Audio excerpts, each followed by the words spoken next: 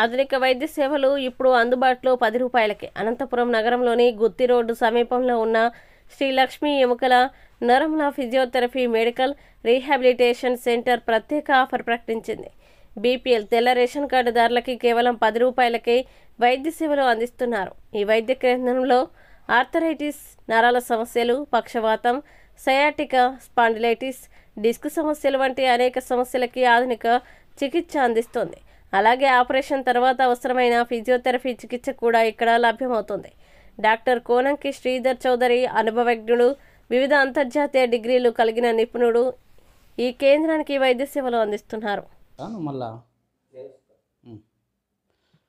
అందరికీ నమస్కారం అండి. ఈరోజు మనం వైద్యం అంటేనే అందరికీ అందుబాటులో రావాలి, మరి అందరికీ అందుబాటులో ఉండాలి. మరి అలాంటి వైద్యాన్ని మరి కార్పొరేట్ హాస్పిటల్స్ కానీ పెద్ద పెద్ద ఖర్చులతో కోరుకున్న విషయము అందరికీ తెలిసిందే విషయమే. మరి ఒక హాస్పిటల్ పోవాలంటే అయినా దాదాపు జేబులో 500 లేదంటే 1000 2000 ఉండాలి, లేదంటే ఇంకా ఎక్కువ అయ్యేటట్లుంటే 5000 కూడా అయ్యే పరిస్థితి ఉంటుంది. మరి అలాంటి వైద్యాన్ని మరి అంత చదివి మరి ఇంత చిన్న తక్కువ ధరలకే అంటే ఈ సామాన్యులకి అందుబాటులో తీసుకురావాలి అనే ఉద్దేశంతో, అదేవిధంగా వారి యొక్క నాన్నగారి అమ్మగారి ఆకాంక్షతో ఈ హాస్పిటల్ నడిపిస్తున్నటువంటి మనతో పాటు కోనంకి శ్రీధర్ పాటు ఉన్నారు. వారితో కొన్ని విషయాలు తెలుసుకున్నాం. ఈరోజు మరి వైద్యం అనేది ఏ విధంగా అందుతూ ఉంది ప్రజలకి, మరి వీళ్ళు ఏ విధంగా అందిస్తూ ఉన్నారు, మరి వీళ్ళు విధి విధానాలు ఏంటి, మరి అతి తక్కువ ధరలకి ఏ విధంగా వైద్యం అందిస్తున్నారు అనే విషయం తెలుసుకుంటాను.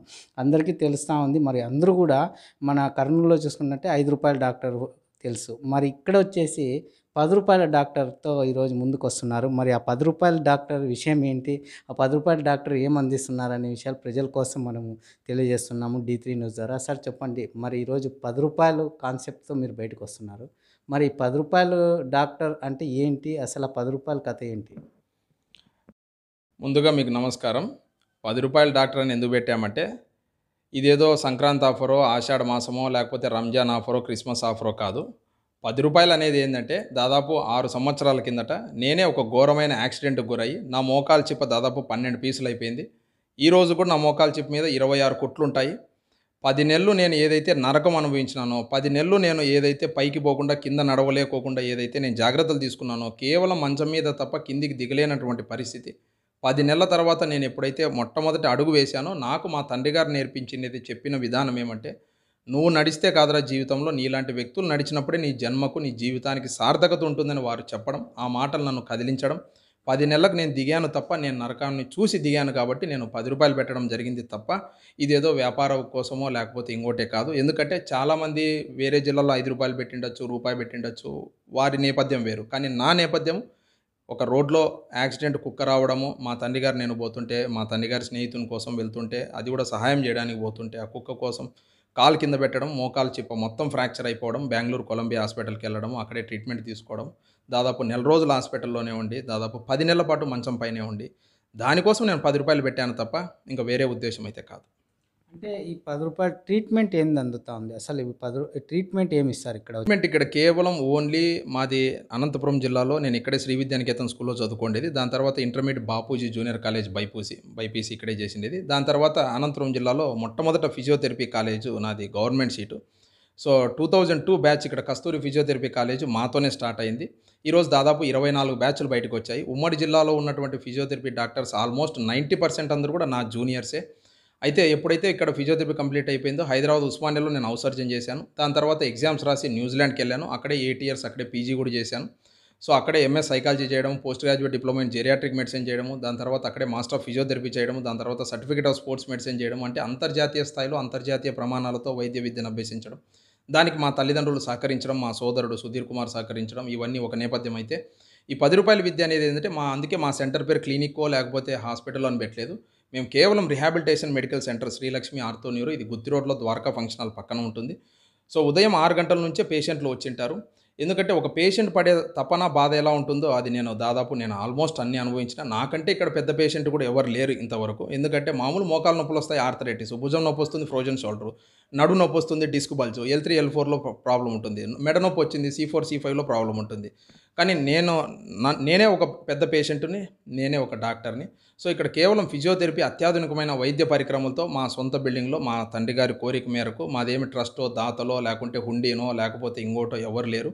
కేవలం మా తమ్ముడు తనకొచ్చే సంపాదనలో 90% నాకు ఇవ్వడం, దానితోటి నేను కూడా ఒక రైతుని, ఇప్పుడు కూడా తోటకెళ్తాను, వ్యవసాయం చేసుకుంటాను, తర్వాత వస్తాము. మాకున్నటువంటి నిధులతోటి మేము దీన్ని నడిపించుకుంటున్నాం తప్ప ఈ రోజు కూడా నేను ఎక్స్రే కానీ, CT scan, MRI scan, blood test రాయాలంటే నేను గవర్నమెంట్ హాస్పిటల్కే రాస్తున్నాను. గవర్నమెంట్ హాస్పిటల్కి నా ప్రిస్క్రిప్షన్ మీద రాసి బయటికి పంపిస్తాను తప్ప బయటికి ఎక్కడ పంపించిన చరిత్ర లేదు గడిచిన 3 నెలల్లో. ఒక రోజుకు నేను ఎంత కోల్పోతున్నానంటే నా జూనియర్స్ తోటి పోల్చుకుంటే ఇప్పుడు యావరేజ్గా నా కన్సల్టేషన్ ఫీజు 300 పెట్టచ్చు. ఒక మిషన్ పెడితే ఈరోజు 300, 400, 500 పెట్టచ్చు. కానీ యావరేజ్గా రోజుకు ఒక 50 మంది నేను అంతకంటే చూడలేను. రోజుకి 50 మంది వరకు టోకన్లు ఇస్తారు.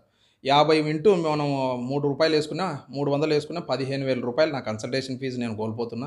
అదేవిధంగా మెషిన్లకు సంబంధించి దాదాపు ₹40,000, అంటే ఒక రోజుకు యావరేజ్ వేసుకున్న ₹50,000-60,000, అంటే ఒక నెలకు దాదాపు 8-10 లక్షలు కోల్పోతున్నా నేను.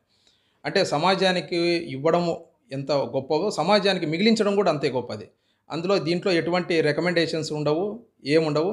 ఎవరైనా అందరూ సమానమే. మాకు సంఘం నేర్పించిన ఒక స్వయం సేవకుగా మా తండ్రి గారి కాలం నుంచి ఇక్కడ అందరూ సమానమే. ఇక్కడ కుల మతాలకు అతీతంగానే ఉంటుంది. ఇక్కడ హుండీలు ఉండవు, ఏముండవు. నొప్పి అనేది ఎవరికైనా ఒకటే, ఎవరైనా రావాల్సిందే, సీరియల్ నెంబర్ ప్రకారం తీసుకోవాల్సిందే. 1 4 నేను ఇప్పుడు దాదాపు మధ్యాహ్నం పూట భోంచేసి 40 రోజుల పైనైంది.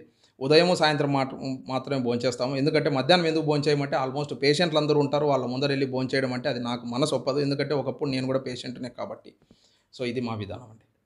చాలా మంచి విధానం అండి. మరి ఈరోజు వైద్య రంగంలో మంచి సేవలు అందిస్తున్నారు. మరి మీరు చదువుకున్న చదువుకి మరి ఈరోజు చాలా వరకు బయటికి వెళ్ళి ఒక బెంగళూరు, హైదరాబాద్లో పోతే మీకు పెద్ద ఎత్తున మరి ఉంటుంది అవకాశము. మరి ఇక్కడే ఎందుకు చేయాలనుకున్నారు? ఈ అనంతపురంలోనే ఎందుకు చేయాలనుకున్నారు? ముఖ్య ఉద్దేశం ఏంటి? డాలర్ చిన్న వయసులోనే చూశాను. తర్వాత రూపాయలు కూడా చూశాను. డాలర్ చూసి నేను ఎన్నేళ్ళు సంపాదించినా కూడా తెల్లోని కింద బానిసత్వం తప్ప స్వతంత్రం లేదు.